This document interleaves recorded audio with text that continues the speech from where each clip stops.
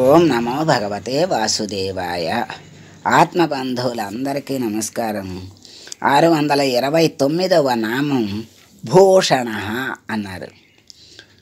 పరమాత్మ భూషణ అంటే ఆభరణములు ధరించిన వాడు అని వస్తుంది. నామరూపాలతో కూడినటువంటి వ్యక్తమైనటువంటి భౌతిక సృష్టి అంతా ఆ స్వామికి ఆభరణం లాంటిది అని మనకి చెప్తున్నారు. అంటే ఈ సృష్టి అంతా కూడా ఆయనే కదా చేసింది.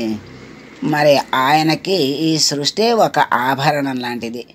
ఎందుకంటే అంత అందంగా, అంత విచిత్రంగా, అంత గొప్పగా ఆయన సృష్టించాడు. అందముగా ఉండేటువంటి స్వామి అందమైన సృష్టిని చేశాడు. మనస్సుని ఆకర్షింపచేస్తాడు, తన్మయత్వాన్ని కలిగిస్తాడు. అందుకని పరమాత్మని భూషణ అన్నారు.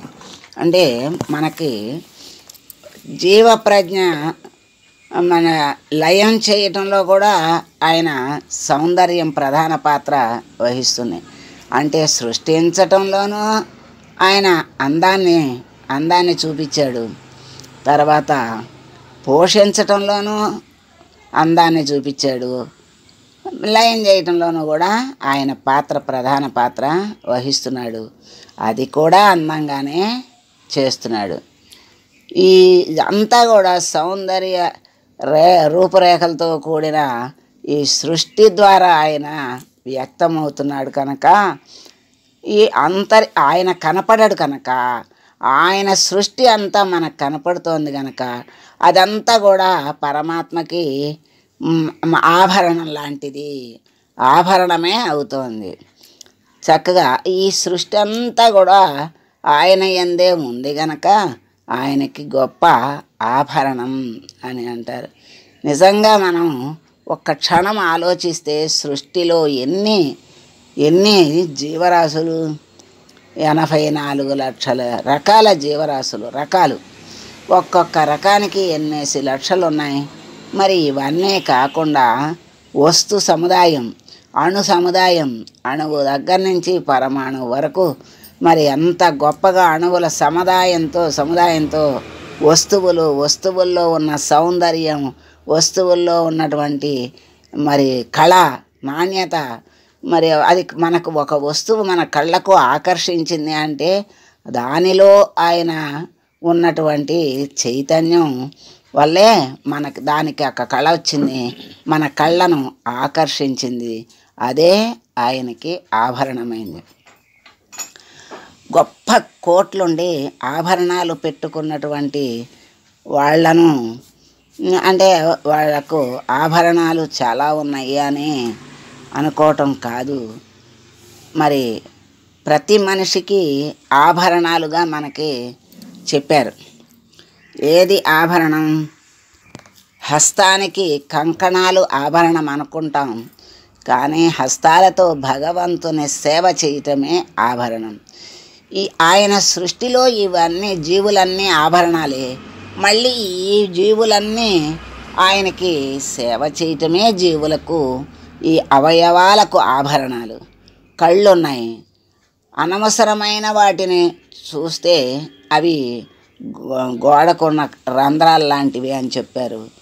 అదే పరమాత్మని చూస్తే ఆ కళ్ళకే దివ్య దృష్టిని కూడా ఇచ్చి, పరమాత్మ దివ్య దృష్టిని ఇచ్చి కనపడని తాను కనిపించి అంతటా తనలో కలుపుకుంటాడు. ఆ కళ్ళకి ఆభరణం ఏమిటి అంటే పరమాత్మ దర్శనం. మరి ముక్కుకి ఆభరణం బుడాకి అనుకుంటాం, అదే బయటకు కనపడే ఆభరణం. ఆ శ్వాసలో ఉన్నటువంటి స్వామిని స్మరించటమే సోహం అంటే అది నేను అని చెప్పేటువంటి శ్వాసలో స్వామి చెప్పినటువంటి ఆ బోధని, ఆ సూచనని మనం స్వీకరించటమే ముక్కుకి ఆభరణం.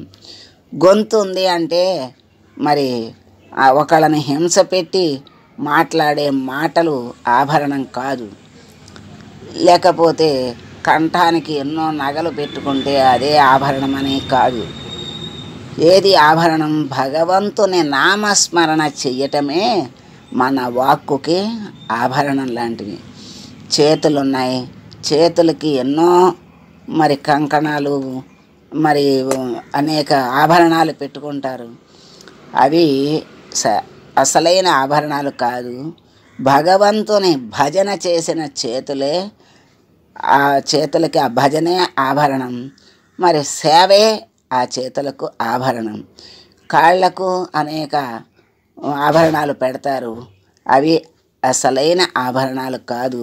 అసలైన ఆభరణాలు ఏమిటి అంటే భగవంతుని దగ్గరకు, అంటే దేవాలయానికి వెళ్ళటానికి, మంచి ప్రదేశాలకు వెళ్ళటానికి మనం ఆ కాళ్ళకి పని చెప్పి చక్కగా వెళితే ఆ కాళ్ళకి ఆభరణం అది. అంటే భగవంతుని సృష్టిలోని ఈ జీవి మళ్ళీ భగవంతుని చేరే వరకు భగవంతునితోనే సంధానం కలిగి ఉండాలి. మరి ఇవే చేస్తూ ఉంటే ఎలా మన జీవితం?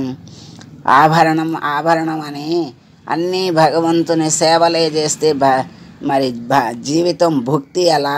మరి సంసారం ఎలా అంటే ఆయన కనపడడు కదా. కనపడని వాడు కనపడేవాడిలో చైతన్యంగా కనపడుతున్నాడు కనుక మనం ఎవరికి ఏమి సేవలు చేయాల్సి ఉందో వాళ్ళల్లో భగవంతుణ్ణి చూడాలి. వాళ్ళకి తగిన సేవలు చేసి వాళ్ళని ఆనందపరిస్తే అదే భగవత్ సేవ, అదే భగవంతునికి తృప్తి, అదే భూషణం, అదే భగవంతుడు మనకి మెచ్చి ఇచ్చేటువంటి ఆభరణం. దాన్ని మించిన ఆభరణం ఇంకొకటి లేదు. అందుకని మనకి ఆభరణాలంటే భౌతిక ఆభరణాలు కాదు. భగవంతుడంటే మనకి భౌతికంగా భగవంతుడు కనపడడు, కానీ అంతర్యామిగా ఉంటాడు కనుక అంతర్యామిగా ఉన్నటువంటి ఆ భగవంతుని అన్నిటి యందు దర్శించి కర్తవ్యాలను, ధర్మబద్ధమైన కర్తవ్యాలను చక్కగా నిర్వర్తించటమే ఆభరణం జీవికి. అదే అసలైన ఆభరణం. అటువంటి ఆభరణాలతో కూడుకున్నటువంటి జీవులన్నీ కూడా భగవంతునికి ఆభరణాలు. అట్లాంటి మరి భగవంతుని మళ్ళా ఆయనలోకే మళ్ళా ఆయనే తీసుకుంటాడు కనుక ఆయన అన్నీ ఏ పని చేసినా సుందరంగానే ఉంటుంది. అదే ఆయనకి ఆభరణంగా ఉంటుంది. మరి అటువంటి స్వామి, స్వతంత్రుడైనటువంటి స్వామి, ఆయన ఇష్టం ఎప్పుడు ఎట్లా సృష్టించాలంటే అట్లా సృష్టిస్తాడు. ఎవరికి ఏది ఇవ్వాలి అనుకుంటామంటే వాళ్ళు చేసినటువంటి కర్మ ఫలాలను బట్టే కర్మల్ని అన్నిటినీ అందిస్తాడు. ఆయన సాక్షిగా ఉంటాడు, అన్నిటినీ తాను స్వీకరిస్తాడు, మళ్ళీ ఎవరివి వాళ్ళవి అప్పచెప్తాడు. అటువంటి అవతారాలని ధరించి వాడి చేత భూమిని అలంకరించేటువంటి స్వామి భూషణ అన్నారు. అంటే పరమాత్మ ఈ సృష్టి అంతా ఇక్కడే కదా జరిగేది. భూమిని అలంకరింపజేసేటువంటి స్వామి గనక ఆయన్ని భూషణ అన్నారని శంకర భగవత్పాదుల వారు చెప్పారు. మరి విశ్వజనీనమైన శీలం చేత తనని తాను అలంకరించుకునే స్వామి కనుక ఆ స్వామిని భూషణ అన్నారని పరాశర భట్టరు చెప్పారు. శ్రీరాముడు గుహుణ్ణి, మరి శబరిని, శ్రీకృష్ణుడు విదురుణ్ణి సందర్శించి వాళ్ళ యొక్క ఆతిథ్యాలు స్వీకరించటం రామకృష్ణులకు భూషణాలే కానీ దూషణాలు కాదు కదా. అంటే మేము గొప్పవాళ్ళమని మహారాజు కొడుకుని అని ఆయన ఆ గుహుడు దగ్గర చూపించలేదు. ఆ గుహుడిని అనుగ్రహించాడు, శబరి ఎదురు చూస్తున్న శబరిని అనుగ్రహించాడు. అటువంటి ఆ గుణమే ఆ శ్రీరాముడికి భూషణం. శ్రీకృష్ణుడు విదురుణ్ణి సందర్శించి వాళ్ళ ఆతిథ్యాన్ని స్వీకరించాడు. మరి కుచేలుణ్ణి ఆదరించి ఆయన్ని అనుగ్రహించాడు. మరి ఆ తారతమ్యాలు లేకుండా అందరినీ అనుగ్రహించేటువంటి స్వామి గనక ఆయనకి అదే భూషణంగా చెప్పారు. సంపూర్ణమైన భూషణాలు కలిగిన స్వామి ఆనంద స్వరూపుడైన స్వామి కనుక ఆయన స్వరూపమే ఆనంద స్వరూపం. ఆయన్ని తలచిన వాళ్లకు ఆనందమే, ఆయన్ని చేరిన వాళ్లకు పరమానందమే. ఆయన పంచేదే ఆనందం, ఆయన ఇచ్చేదే ఆనందం. ఆయన స్వరూపమే ఆనంద స్వరూపం కనుక ఆయన ఆనంద స్వరూపుడైన స్వామిని భూషణ అన్నారని సత్యసంధుల వారు చెప్పారు. ఆ ఆనందమే ఆయనకి భూషణం. మహాత్ములు ఓం భూషణాయ నమః అని ఆ అలంకార ప్రియుడైన విష్ణుమూర్తిని ఆరాధిస్తున్నారు.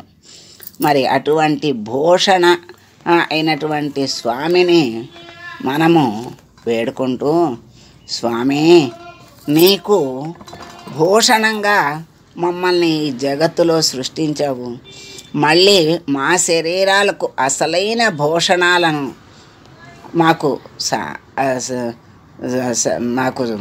ఇచ్చి మమ్మల్ని మా జన్మల్ని సద్వినియోగం చేసి నీ దరికి చేర్చుకో స్వామి అని వేడుకుంటూ మంగళం పాడు. మంగళం కౌసలేంద్రాయ మహనీయ గుణాత్మనే సర్వలోక శరణ్యాయ సాధురూపాయ మంగళం. ఓం